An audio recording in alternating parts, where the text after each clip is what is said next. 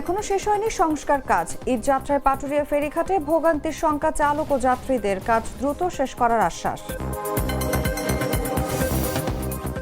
ময়মনসিংহে বেড়েছে চুরি, ছিনতাই, ঘটছে হত্যার মতো ঘটনাও। ঈদের ছুটি ঘিরে আতঙ্ক, অভিযান চলছে বলছে পুলিশ। ৬২ কিলোমিটার নদীর পাড়ে বাঁধ নির্মাণে মন্ত্রণালয়ের নজর থাকবে জানালেন পানি সম্পদ মন্ত্রী। তারেক রহমানের নেতৃত্বে কাজ সম্পন্ন করার প্রত্যাশা। ডিজেল সংকটে সেচ পাচ্ছেন না হাওরের চাষিরা। বড় ফলন নিয়ে শঙ্কা, অনিয়মের অভিযোগ পাওয়া গেলে দ্রুত ব্যবস্থা নেওয়ার আশ্বাস। এবং অল্প সময়ের মধ্যে বন্ধ পাটকল চালু করা হবে জানালেন পাট প্রতিমন্ত্রী। কর্মসংস্থান সৃষ্টির প্রত্যাশা।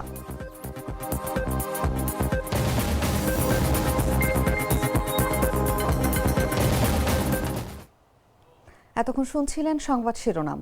দর্শক, আমন্ত্রণ দেশজুড়ে সংবাদে, সঙ্গে আছি আমি অনুভা বিশ্বাস। মশলা বদলে ফেলেছে, এবার আপনিও বদলে ফেলুন। একবার প্রাণ গুঁড়া মশলা ব্যবহার করেই দেখুন। চলে যাচ্ছে বিস্তারিত খবরে। ঈদ উল ফিতরকে সামনে রেখে ঘরমুখো মানুষের চাপ বাড়ছে দেশের গুরুত্বপূর্ণ নৌপথ পাটুরিয়া ফেরিঘাটে। তবে ঘাটের সংস্কার কাজ এখনো শেষ না হওয়ায় দক্ষিণ ও দক্ষিণ পশ্চিমাঞ্চলের ২১ জেলার যাত্রী ও যানবাহনের ঈদ যাত্রায় ভোগান্তির শঙ্কা দেখা দিয়েছে। চালকরা বলছেন, সামনে ঈদে যানবাহনের চাপ বাড়লে পরিস্থিতি আরও খারাপ হতে পারে। তবে সংশ্লিষ্ট কর্তৃপক্ষের আশ্বাস, ঈদযাত্রা স্বাভাবিক রাখতে ১৭টি ফেরি সচল রাখা হয়েছে এবং ঘাটের বাকি কাজ দ্রুত শেষ করার চেষ্টা চলছে। পবিত্র ঈদ উল ফিতর সামনে রেখে ঘরমুখো মানুষের চাপ বাড়তে শুরু করেছে দেশের গুরুত্বপূর্ণ নৌপথ পাটুরিয়া ফেরিঘাটে। তবে এখনো শেষ হয়নি ঘাটের সংস্কার কাজ। ফলে দক্ষিণ ও দক্ষিণ পশ্চিমাঞ্চলের ২১ জেলার যাত্রী ও যানবাহনের ঈদ যাত্রায় ভোগান্তির আশঙ্কা করছেন চালক ও যাত্রীরা। কালার এক্সপার্ট ডার্ক স্যাপ এবং মাইল্ড অন হ্যান্ডস টেকনোলজি সমৃদ্ধ অরিক্স অ্যাডভান্স ডিটারজেন্ট পাউডার আপনার লন্ড্রি এক্সপার্ট। সরেজমিনে দেখা যায়, গত বর্ষায় ক্ষতিগ্রস্ত হওয়া কয়েকটি ফেরিঘাটে এখনও মেরামত ও সংযোগ সড়ক নির্মাণের কাজ চলছে। বিশেষ করে ৪ নম্বর ঘাটের সংযোগ সড়ক বেশি ঢালু হওয়ায় যানবাহন ওঠানামায় চালকদের বেশ বেগ পেতে হচ্ছে। অনেক ক্ষেত্রে গাড়ি উঠাতে মানুষের সহায়তা নিতে হচ্ছে, এমনকি চাকার নিচে জ্যাক ব্যবহার করতে দেখা গেছে। ৫ নম্বর ঘাটের অবস্থা আরও নাজুক। কাদামাটি ও ঢালু সড়কে যানবাহন চলাচলে চালকদের দুর্ভোগ বাড়ছে। অন্যদিকে ১ ও ২ নম্বর ঘাট দীর্ঘদিন ধরে বালু ব্যবসায়ীদের দখলে থাকায় সেগুলো কার্যত ব্যবহার করা যাচ্ছে না। লোড ট্রেন করতে পারতেছে না, বুঝছেন? আসলে যদি লোড ট্রেন করতে না পারে সেই সময় তো ফেরির ঘন্টার পর ঘন্টা অপেক্ষা করতে হবে। ট্রাক চালকরা বলছেন, সামনে ঈদে যানবাহনের চাপ বাড়লে পরিস্থিতি আরও খারাপ হতে পারে। এতে ফেরিঘাটে দীর্ঘ যানজট তৈরি হয়ে বাড়ি ফেরা মানুষকে চরম ভোগান্তিতে পড়তে হতে পারে। সামনে ঈদ, এখন ঘাটের যে অবস্থা, নানান জেলার মানুষ এখান থেকে চলাচল করে। এই যে ঘাটের পরিস্থিতি, ঘাটে আগে ভালো ছিল ঘাট। তবে সংশ্লিষ্ট কর্তৃপক্ষ বলছে, ঈদ যাত্রা স্বাভাবিক রাখতে ১৭টি ফেরি সচল রাখা হয়েছে এবং ঘাটের বাকি কাজ দ্রুত শেষ করার চেষ্টা চলছে। আমাদের এখন বর্তমানে প্রতিটি ঘাটে লো ওয়াটারে অবস্থান করছে এবং ঘাটের স্লোপ 1:13 আছে, যেটা একদম নর্মাল স্লোপ, এবং এই স্লোপে সকল শ্রেণীর গাড়ি উঠতে পারবে। নিউজ ডেস্ক, জাগো নিউজ। ৬২ কিলোমিটার নদীর পাড়ে বাঁধ নির্মাণে মন্ত্রণালয়ের নজর থাকবে বলে জানিয়েছেন পানি সম্পদ মন্ত্রী ও বিএনপির যুগ্ম মহাসচিব শহীদ উদ্দিন চৌধুরিয়ানী। বলেন, তারেক রহমানের নেতৃত্বে কাজগুলো সম্পন্ন করা হবে। শনিবার দুপুরে লক্ষ্মীপুরের রামগতি উপজেলার আলেকজান্ডার ইউনিয়নের আসলপাড়া গ্রামে মেঘনা নদীর তীর রক্ষা বাঁধ প্রকল্প পরিদর্শনকালে তিনি এসব কথা বলেন। এ সময় তারেক রহমানের নেতৃত্বে দেশপ্রেমিক সরকার পেয়েছেন বলেও মন্তব্য করেন তিনি আরও বলেন, বিগত সময় যারা ছিলেন এরা দেশের অর্থ কিভাবে লুটপাট ও টাকা পাচার করেছে তা তদন্তাধীন। যাদের লাখ লাখ কোটি কোটি টাকার প্রকল্প থেকে জনগণ বঞ্চিত হয়েছে তাদের বিরুদ্ধে আইন অনুযায়ী ডিপার্টমেন্টাল ব্যবস্থা নেওয়া হবে।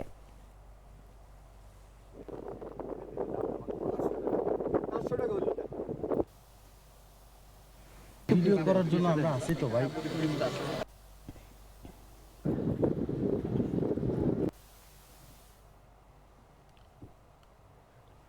ময়মনসিংহের সাম্প্রতিক সময় চুরি ও ছিনতাই আশঙ্কাজনক হারে বেড়ে যাওয়ায় আতঙ্কে দিন কাটাচ্ছেন বাসিন্দারা। রাতে বিভিন্ন সড়ক ও আবাসিক এলাকায় ছিনতাই এবং ফাঁকা বাড়িতে চুরির ঘটনা বাড়ছে। তবে দিনের আলোতেও বসে নেই চোর ছিনতাইকারী চক্র। স্থানীয়রা জানান, জেলা জুড়ে ঘটছে দুর্ধর্ষ ছিনতাই, চুরি ও ডাকাতির ঘটনা। ছিনতাইকারীর কবলে পড়ে সাধারণ মানুষ কেবল সর্বস্বই হারাচ্ছেন না, বরং মারাত্মক আহত হওয়ার পাশাপাশি প্রাণহানির ঘটনাও ঘটছে। বিশেষ করে অন্ধকারাচ্ছন্ন গলি ও জনশূন্য রাস্তায় যাতায়াত করা সাধারণ মানুষের মাঝে চরম অস্বস্তি দেখা দিয়েছে। এমন অবস্থায় ছুটিতে গ্রামে ঈদ করতে যাওয়া নিয়েও আতঙ্কে আছেন বাসিন্দারা। দ্রুত কার্যকর ব্যবস্থা না নিলে নিরাপত্তা ঝুঁকি আরও বাড়ার আশঙ্কা উল্লেখ করে প্রশাসনের সক্রিয়তা বৃদ্ধির সঙ্গে নাগরিক সমাজের প্রতিনিধিদের সমন্বয়ে পরিকল্পনা গ্রহণ করা প্রয়োজন বলে মত সুজনের। অপরাধীদের আইনের আওতায় আনতে অভিযান চলছে বলছে পুলিশ। এখন দেখা যাচ্ছে যে মাদক, চুরি, ছিনতাই, ডাকাতি একদম ব্যাপক হারে বাড়ছে। তো এগুলো আসলে দমন করতে হলে আমাদের যে প্রশাসন আছে, প্রশাসনকে আরও সক্রিয় হইতে হবে। এলাকার মধ্যে মনে করেন যে সবাই আতঙ্ক আছে, সব ব্যবসায়িকরা আতঙ্ক আছে, লক্ষ লক্ষ টাকার মাল আমাদের চুরি হয়ে যেতেছে। ভাড়াটিয়ারাও খুব আতঙ্কে আসছে, সাথে সাথে বাড়িওয়ালারাও আতঙ্কিত হয়ে পড়ছে। আসন্ন ঈদ উপলক্ষে আমরা আরো বেশি শঙ্কিত। যেখানে মানুষের সমাগম বেশি, জনসমাগম বেশি, সেখানে যেন যে কোনো ধরনের ছিনতাই বা চুরি বা ডাকাতির মতো ঘটনা না ঘটে, সেখানে আমাদের ভিজিলেন্স টিমগুলোকে আমরা মোতায়েন করেছি। সেখানে সাদা পোশাকে আমরা প্রচুর পুলিশ সেখানে মোতায়েন রয়েছে। পোশাকে পুলিশ সেটা টহলরত আছে এবং যে কোনো তথ্য প্রাপ্তির সাথে সাথে আমরা সেখানে মোবিলাইজ করছি এবং আইনের আওতায় নিয়ে আসছি এবং মামলা গ্রহণ করছি। মধ্যপ্রাচ্যে চলমান উত্তেজনার প্রভাবে আন্তর্জাতিক জ্বালানি সরবরাহ ব্যাহত হওয়ায় কিশোরগঞ্জে ডিজেলের তীব্র সংকট দেখা দিয়েছে। এতে সবচেয়ে বেশি বিপাকে পড়েছেন হাওড়াঞ্চলের বোরো চাষিরা। ধানের শীষ বের হওয়ার এই মাহেন্দ্রক্ষণে প্রয়োজনীয় সেচ দিতে না পারায় কাঙ্ক্ষিত ফলন নিয়ে শঙ্কা দেখা দিয়েছে। কৃষকদের অভিযোগ, জেলার বিভিন্ন হাওর এলাকায় খুচরা বাজারে ডিজেল প্রায় উধাও হয়ে গেছে। দীর্ঘ সময় লাইনে দাঁড়িয়েও ফিলিং স্টেশন থেকে প্রয়োজন মতো জ্বালানি পাওয়া যাচ্ছে না। যেখানে তেল পাওয়া যাচ্ছে সেখানেও দাম বাড়িয়ে বিক্রি করা হচ্ছে।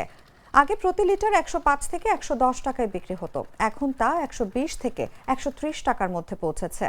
এদিকে কৃষক ও সেচ পাম্প মালিকরা যাতে অগ্রাধিকার ভিত্তিতে জ্বালানি পণ্য পান সে বিষয়ে জেলা প্রশাসনের সঙ্গে সমন্বয় করে কাজ করা হচ্ছে উল্লেখ করে কিশোরগঞ্জ কৃষি সম্প্রসারণ অধিদপ্তরের উপপরিচালক জানান, কোথাও ডিজেল মজুত, অনিয়ম বা অতিরিক্ত দামে বিক্রির অভিযোগ পাওয়া গেলে দ্রুত ব্যবস্থা নেওয়া হবে। আমাদের তেল আনতে চাইলে বলে আমেরিকা ইরানের যুদ্ধ রাখছে, এই জন্য আমরা তেল আনতে পারছি না। আমাদের কাছ থেকে অনেক টাকা বেশি রাখে, 100 টাকা তেল 140 টাকা 30 টাকা রেট থাকে।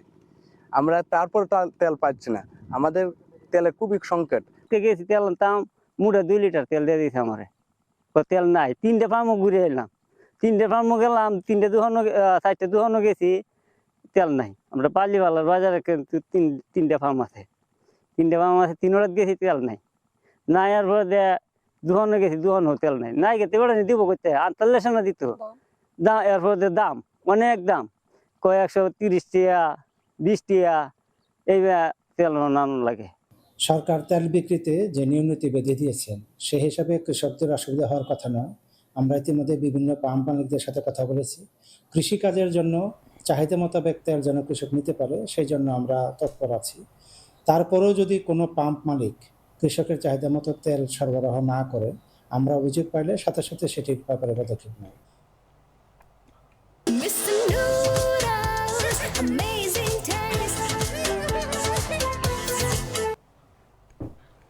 অল্প সময়ের মধ্যে বন্ধ পাটকল চালু করে কর্মসংস্থান সৃষ্টি করা হবে বলে জানিয়েছেন বস্ত্র ও পাট মন্ত্রণালয়ের প্রতিমন্ত্রী শরীফুল আলম। বলেন, পাট ও পাটের বীজের উৎপাদন বৃদ্ধি করা, বন্ধ মিল কারখানাগুলো চালু করা, কর্মসংস্থান সৃষ্টি করার বিষয়ে পদক্ষেপ গ্রহণ করেছে সরকার।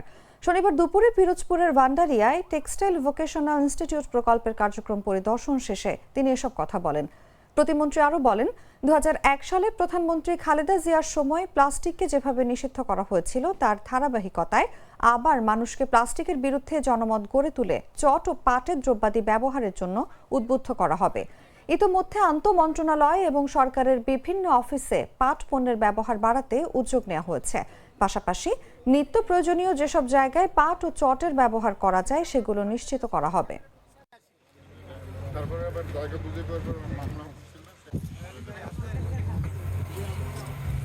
আসলে পাট আমাদের ঐতিহ্য, পাট আমাদের সংস্কৃতি, আমাদের জীবনের সাথে একদম মিশে আছে। এই সোনালী আঁশের মাধ্যমে বাংলাদেশের পরিচিতি ছিল একসময়। আজকে এটা প্রায় অনেকটা পিছিয়ে গিয়েছে। আমরা বর্তমান সরকার মাননীয় প্রধানমন্ত্রী নেতৃত্বে আমরা নির্বাচনী আমাদের কমিটমেন্টেই ছিল আমাদের সেই পাট কল বা বন্ধক মিলগুলো আবার চালু করা, ডাইভার্সিফিকেশন করে হোক, যেভাবেই হোক কর্মসংস্থান সৃষ্টি করা। বিশেষ করে প্লাস্টিকের ব্যবহার আপনারা জানেন 2001-এর মাননীয় প্রধানমন্ত্রী দেশনেত্রী বেগম খালেদা জিয়ার সময়ে প্লাস্টিক নিষিদ্ধ করা হয়েছিল এবং সেটার ধারাবাহিকতায় আমরা মানুষকে আবার সে প্লাস্টিকের বিরুদ্ধে জনমত গড়ে তুলে আমরা এই চট এবং পাটের দ্রব্যাদি ব্যবহারের জন্য আমরা উদ্বুদ্ধ করব। ইতিমধ্যে আন্তঃমন্ত্রণালয় ব্যবহারের ক্ষেত্রেও আমরা আমাদের ইন্টারনালি যত সরকারের বিভিন্ন অফিস আদালতে সেগুলো ব্যবহার বাড়ে। আমরা বিভিন্ন আমাদের যে পণ্য আছে নিত্য প্রয়োজনীয় বিভিন্ন গৃহস্থলী জিনিসপত্র সেখানে আমাদের চটের এবং পাটের ব্যাগ ব্যবহারের জন্য আমরা উদ্যোগ গ্রহণ করব। আমাদের আপনারা জানেন যে বয়সটা তো খুব কম আমাদের সরকারের। আমরা ইতিমধ্যেই পরিকল্পনা করেছি, পরিকল্পনা আমরা করে যাচ্ছি এবং আলাপ আলোচনা চলছে। আপনারা দ্রুত সময়ের মধ্যে দৃশ্যমান হবে যে ইনশাল্লাহ পাটের উৎপাদন, পাটের বীজের ডাইভার্সিফিকেশন করা, বীজের উৎপাদন বাড়ানো এবং বন্ধ মিলগুলা চালু করা, কর্মসংস্থান তৈরি করা, এই বিষয়গুলো আমরা মাথায় আছে এবং পদক্ষেপ গ্রহণ করছি। প্রাণ কফি ক্যান্ডি, কররা কফি, কঠিন স্বাদে, হাইকে বলো বাই। কুমিল্লার প্রাণপ্রবাহ গোমতী নদী পরিদর্শন করেছেন কৃষিমন্ত্রী আমিনুর রশিদ ইয়াসিন। এ সময় তিনি দূষণ রোধে সচেতনতার আহ্বান জানান। শনিবার বিকেলে তিনি নদীর বিভিন্ন এলাকা ঘুরে দেখেন। এ সময় নদীর বর্তমান অবস্থা সম্পর্কে খোঁজ খবর নেন।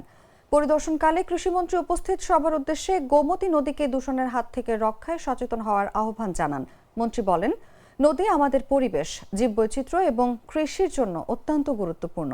তাই নদীতে বর্জ্য ফেলা বন্ধ সহ দূষণ প্রতিরোধে সবাইকে সম্মিলিতভাবে কাজ করতে হবে। পরে তিনি নদী পাড়ে স্থানীয় যুবকদের সঙ্গে সৌহার্দ্যপূর্ণ পরিবেশে ইফতারে অংশগ্রহণ করেন। এ সময় এলাকার তরুণদের সঙ্গে তিনি বিভিন্ন বিষয় নিয়ে কথা বলেন। তিনি পরিবেশ ও নদী রক্ষায় তরুণ সমাজকে এগিয়ে আসার আহ্বান জানান। সবশেষে নদীর চরের অবৈধ মাটি কাটা নিয়েও মন্ত্রী আক্ষেপ করেন।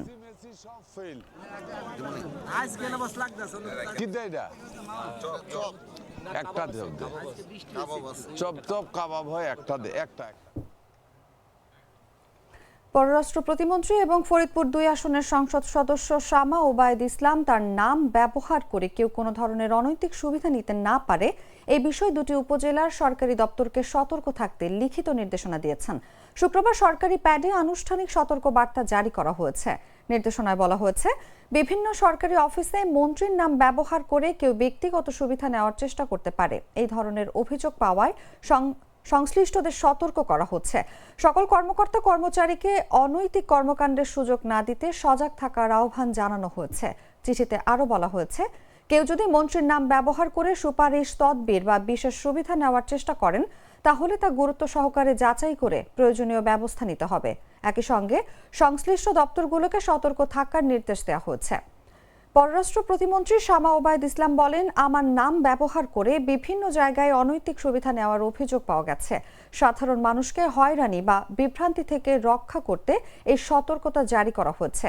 প্রশাসনের সবাইকে স্বচ্ছতা ও জবাবদিহিতার সঙ্গে দায়িত্ব পালনের আহ্বান জানাচ্ছে। কেউ যদি আমার নাম ব্যবহার করে সুবিধা নিতে চায়, সংশ্লিষ্ট কর্তৃপক্ষকে তাৎক্ষণিক ব্যবস্থা নিতে হবে।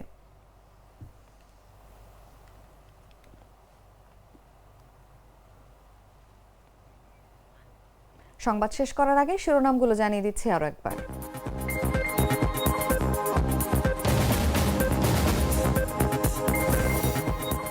এখনো শেষ হয়নি সংস্কার কাজ। ঈদ যাত্রায় পাটুরিয়া ফেরিঘাটে ভোগান্তির শঙ্কা চালক ও যাত্রীদের, কাজ দ্রুত শেষ করার আশ্বাস। ময়মনসিংহে বেড়েছে চুরি, ছিনতাই, ঘটছে হত্যার মতো ঘটনাও। ঈদের ছুটি ঘিরে আতঙ্ক, অভিযান চলছে বলছে পুলিশ। ৬২ কিলোমিটার নদীর পাড়ে বাঁধ নির্মাণে মন্ত্রণালয়ের নজর থাকবে জানালেন পানি সম্পদ মন্ত্রী। তারেক রহমানের নেতৃত্বে কাজ সম্পন্ন করার প্রত্যাশা। ডিজেল সংকটে সেচ পাচ্ছেন না হাওরের চাষিরা, বড় ফলন নিয়ে শঙ্কা। অনিয়মের অভিযোগ পাওয়া গেলে দ্রুত ব্যবস্থা নেওয়ার আশ্বাস। এবং অল্প সময়ের মধ্যে বন্ধ পাটকল চালু করা হবে জানালেন পাট প্রতিমন্ত্রী। কর্মসংস্থান সৃষ্টির প্রত্যাশা।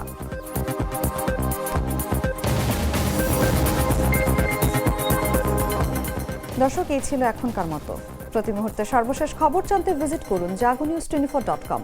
ফলো করুন আমাদের ভেরিফাইড ফেসবুক পেজ এবং সাবস্ক্রাইব করুন জাগো নিউজের ইউটিউব চ্যানেল। ধন্যবাদ সবাইকে।